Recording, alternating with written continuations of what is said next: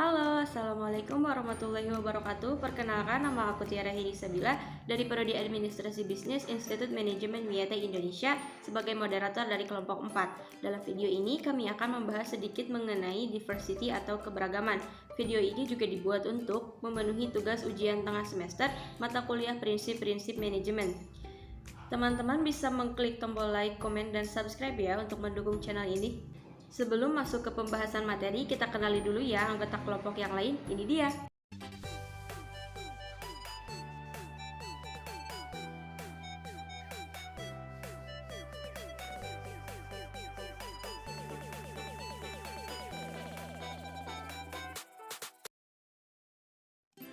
Halo teman-teman semua, saya Sri Amanda.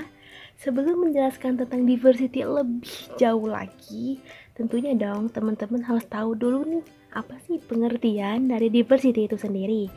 Nah, diversity diterjemahkan dari bahasa Inggris, yaitu kasus bisnis keragaman, yang dimana berasal dari perkembangan model keragaman di tempat kerja.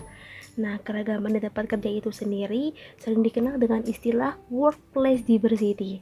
Workplace diversity adalah keragaman di tempat kerja dengan adanya berbagai jenis orang dari suku, gender, usia, dan lain sebagainya. Di samping ada workplace diversity, selain itu juga nih ada workforce diversity. Teman-teman harus pada tahu nih, apa sih workplace diversity itu? Jadi workforce diversity itu adalah cara melihat perbedaan dan bersamaan antar tenaga kerja di suatu organisasi. Hal ini membuat keyakinan bahwa tidak membanding-bandingkan antara karyawan yang satu dengan karyawan yang lainnya. Teman-teman pada tahu gak nih tantangan apa aja sih yang ada dalam lingkungan diversity? Nah, di sini saya mengambil 3 poin mengenai tantangan dalam diversity, yaitu yang pertama adalah stereotip, kemudian ada diskriminasi, kemudian ada glass ceiling. Nah, yang pertama adalah stereotip. Stereotip adalah penjulukan yang dimana dia adalah penilaian terhadap seseorang hanya berdasarkan persepsi kelompok. Di sini saya mengambil salah satu contoh mengenai stereotip dalam hal pekerjaan, yaitu orang-orang berpikir bahwa yang bekerja mapan itu adalah orang yang bekerja dalam kantor. Tapi kan belum tentu juga ya teman-teman. Mungkin di luaran sana bahkan ada pekerjaan yang jauh lebih mapan lagi. Kemudian yang kedua itu adalah diskriminasi. Nah, diskriminasi pasti teman-teman sering dengar dong istilah ini. Jadi diskriminasi adalah memperlakukan orang secara tidak adil atau pembedaan kepada seseorang dengan sengaja. Di sini saya mengambil salah satu contoh mengenai tentang perempuan, yaitu dilarangnya wanita berhijab untuk bekerja di sebuah perusahaan. Hal ini menjadikan pembatas perempuan untuk bekerja.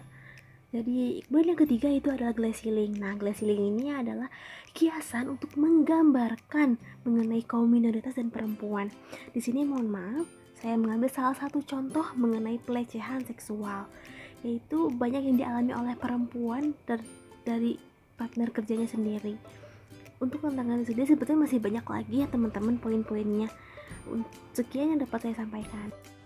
Pada tahun 1960 sampai 1970 fokus pada kepatuhan hukum dan peraturan, pekerjaan yang setara, komisi peluang kebijakan dan program tindakan afirmatif.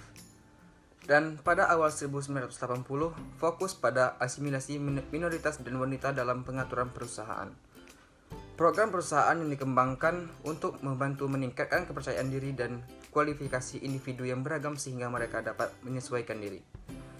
Dan akhir pada tahun 1980 konsep keragaman tenaga kerja diperluas dari kepatuhan ke masalah kelangsungan hidup bisnis. Publikasi 2000 angkatan kerja membuka mata para pemimpin bisnis tentang komposisi tenaga kerja. Masa depan yang yaitu lebih beragam. Pertama, penggunaan istilah keragaman tenaga kerja. Akhir 1980 akhir 1990 fokus pada menumbuhkan kepekaan. Pergeseran dari kepatuhan dan hanya fokus pada perempuan dan minoritas untuk memasukkan semua orang. Membuat karyawan lebih sadar dan peka terhadap kebutuhan dan perbedaan yang lain. Dan yang kelima adalah generasi milenial fokus pada keragaman dan inklusi untuk kesuksesan bisnis. Keragaman tenaga kerja dilihat sebagai isu bisnis inti penting mencapai kesuksesan bisnis, profitabilitas dan pertumbuhan. Dan Pembahasan kedua adalah alasan diversity atau keberagaman penting di perusahaan. Yang pertama adalah menghadirkan bakat, keterampilan, dan pengalaman. Yaitu manfaat yang pertama dari keanekaragaman budaya yang ada di dalam suatu perusahaan adalah dapat menghadirkan bakat, keterampilan, serta pengalaman. Adanya pribadi yang berbeda sama lain dapat menunjukkan skill yang berbeda satu sama lain. Dengan hal ini, tentu saja akan memberikan keuntungan bagi perusahaan dan kinerja dari seluruh anggota perusahaan atau organisasi. Yang kedua adalah menciptakan inovasi. Manfaat kedua yang didapatkan dari adanya keberagaman di dalam sebuah perusahaan adalah karena dapat menciptakan inovasi atau ide-ide baru. Dan yang ketiga adalah keterampilan berbahasa asing.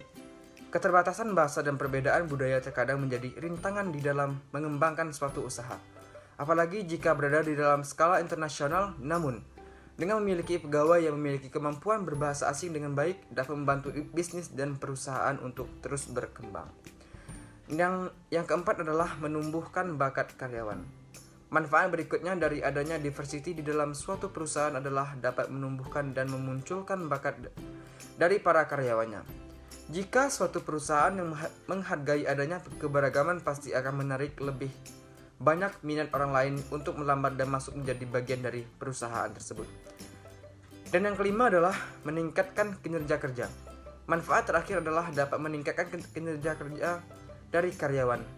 Secara tidak langsung, perusahaan yang menghargai adanya diversity atau keberagaman akan menjadikan karyawannya merasa diterima oleh lingkungan kerja. Hal ini akan menjadi dorongan atau alasan untuk para pegawai dan karyawan menjadi lebih bertanggung jawab dan meningkatkan produktivitas kerja karyawan. Terima kasih. Manajemen orang ketika semua dikatakan, dilakukan, keragaman bagaimanapun tentang orang-orang baik di dalam maupun di luar organisasi. Manfaat manajemen orang yang didapat organisasi karena upaya keragaman tenaga kerja mereka yang berkisar pada hal menarik dan mempertahankan tenaga kerja berbakat. Organisasi menginginkan tenaga kerja berbakat karena orang-orangnya, keterampilan, kemampuan, dan pengalaman mereka yang membuat organisasi berhasil. Selain itu, manfaat manajemen orang penting lainnya adalah karena perusahaan lebih mengandalkan tim karyawan di tempat kerja. Tim kerja dengan latar belakang yang beragam tersebut seringkali membawa perspektif yang berbeda dan unik ke dalam sebuah diskusi yang dapat menghasilkan ide dan solusi yang lebih kreatif. Kinerja organisasi.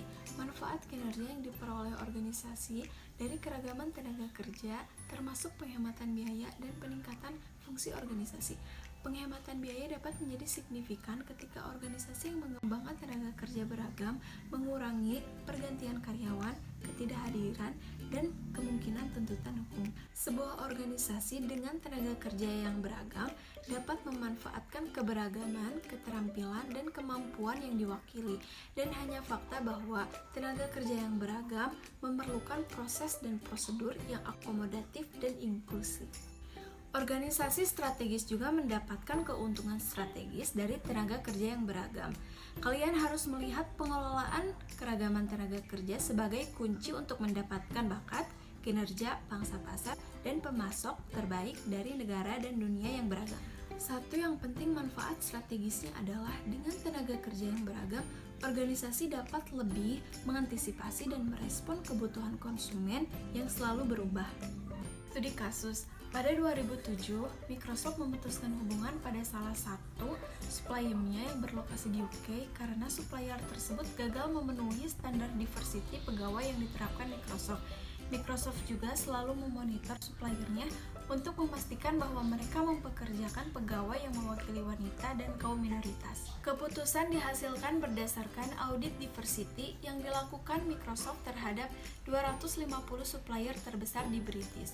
Di Amerika Serikat, banyak perusahaan besar termasuk Microsoft menuntut praktik diversity yang bagus dari suppliernya dan mengurangi atau memutus hubungan dengan supplier yang gagal memenuhi standar diversity yang diminta perusahaan. Supplier yang tidak mampu atau enggan memenuhi tanggung jawab sosialnya dapat merupakan risiko yang besar untuk kehilangan konsumen. Analisis kasus dari kasus sebelumnya merupakan salah satu kasus tentang keberagaman gender dan kaum minoritas. Microsoft memiliki standar keberagaman yang harus dipatuhi dan dijalankan oleh suppliernya.